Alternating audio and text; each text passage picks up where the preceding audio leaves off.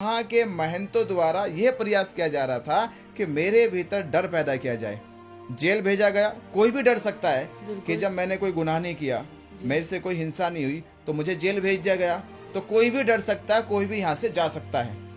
तब उनको लगा कि ये प्रयास भी उनका बेकार गया, डर इनके भीतर पैदा नहीं हुआ, तो क्यों ना इन्हें जान का खतरा दिखा के डराया जाए। तो मैंने तब भी कहा था कि महाबोधि महाविहार मुक्ति आंदोलन मेरे जीवन का ये आखिरी उद्देश्य है, और ये उद्देश्य इतना सशक्त है मेरा कि इसको प्राप्त करने के लिए अगर हमारे प्राण भी चले जाए, शायद आपने मेरी पोस्ट देखी होगी कि मुकदमे लग जाए, जेल चले जाए, चाहे हमारे प्राण चले जाए, पर तब तक पीछे नहीं हटेंगे जब तक महाबोधि महाविहार मुक्त करा नहीं लेंगे।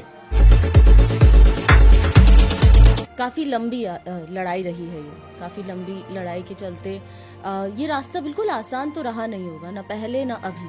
तो अभी जो ये रास्ता आपने चुना है, इसमें क्या परेशानी है आती है, आप देखते हैं, समझते हैं, क्या लगता है?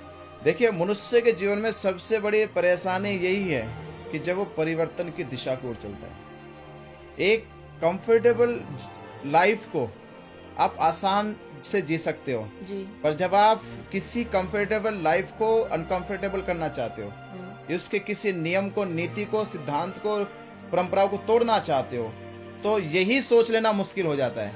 क्योंकि लाखों करोड़ों लोग तो ये सोच ही नहीं पाते कि आप किसी नीति, नियम, किसी परंपरा को तोड़ पाए, या किसी कानून के खिलाफ जाके एक नया कानून की पेशकश करे, एक नई नीति की पेशकश करे, एक नई समाज को एक नई दिशा दे।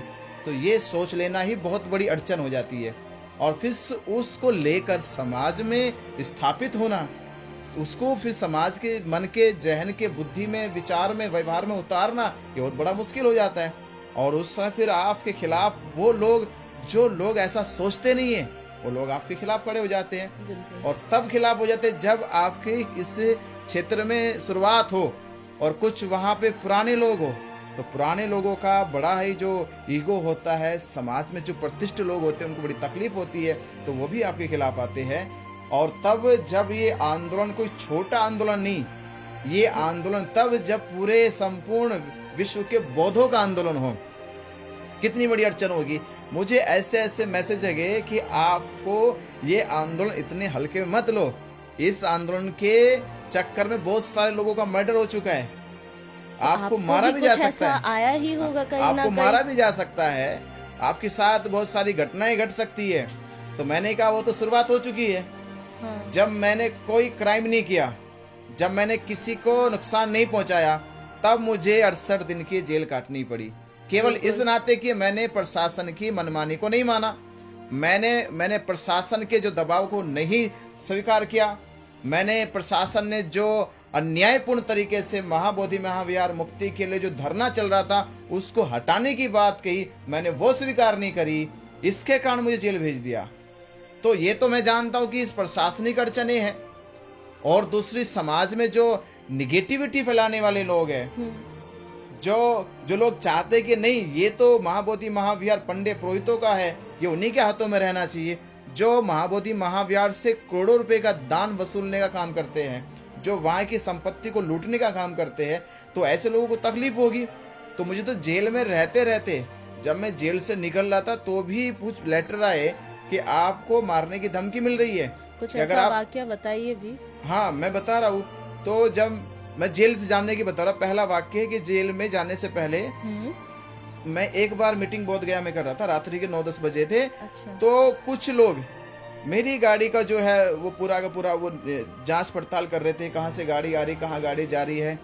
तो पूरी गाड़ी की जांच पड़ताल होने के बाद रात के 11 बजे कुछ लोग आए, और कुछ लोगों ने मेरी गाड़ी के चारों तरफ आए, और चारों तरफ ऐसे उनका हमला करने का ही कोशिश थी, क्योंकि तुरंत सामने से जो है पुलिस की गाड़ियाँ अपनी हॉर्न से देखी जो घूमती थी, 112 नंबर की वो गाड़ियाँ आई, और वो फिर थोड़ा सा इधर उधर हो गए। जेल में रहते रहते भी समझ में आया कि ऐसा ऐसा हो रहा है, तो ये घटना क्यों हो रही। तो वहाँ के महंतों द्वारा यह प्रयास किया जा रहा था कि मेरे भीतर डर पैदा किया जाए। जेल भेजा गया। कोई भी डर सकता है कि जब मैंने कोई गुनाह नहीं किया, मेरे से कोई हिंसा नहीं हुई, तो मुझे जेल भेज दिया गया, तो कोई भी डर सकता है, कोई भी यहाँ से जा सकता है। तब उनको लगा कि ये प्रयास भी उनका बेकार गया, डर इनके भीतर पैदा नहीं हुआ, तो क्यों ना इन्हें जान का खतरा दिखा के डराया जाए। तो मैंने तब भी कहा था कि महाबोधि महाविहार मुक्ति आंदोलन मेरे जीवन का ये आखिरी उद्देश्य है, और ये उद्देश्य इतना सशक्त है मेरा कि इसको प्राप्त करने के लिए अगर हमारे प्राण भी चले जाए, शायद आपने मेरी पोस्ट देखी होगी कि मुकदमे लग जाए, जेल चले जाए, चाहे हमारे प्राण चले जाए, पर तब तक पीछे नहीं हटेंगे जब तक महाबोधि महाविहार मुक्त करा नहीं लेंगे।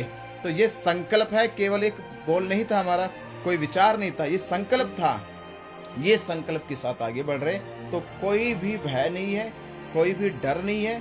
महाबोधि महाविहार मुक्त कराना लक्ष्य होगा, चाहे उसके लिए कुछ भी हो। जेल तो चले गए, मुकदमे लग गए, आखिरी प्रयास उनका कोई जान के ऊपर हमारे रहे खतरा, वो भी हम देखेंगे, पर महाबोधि महाविहार मुक्ति के लिए अंतिम सांस तक प्रयास करते रहे।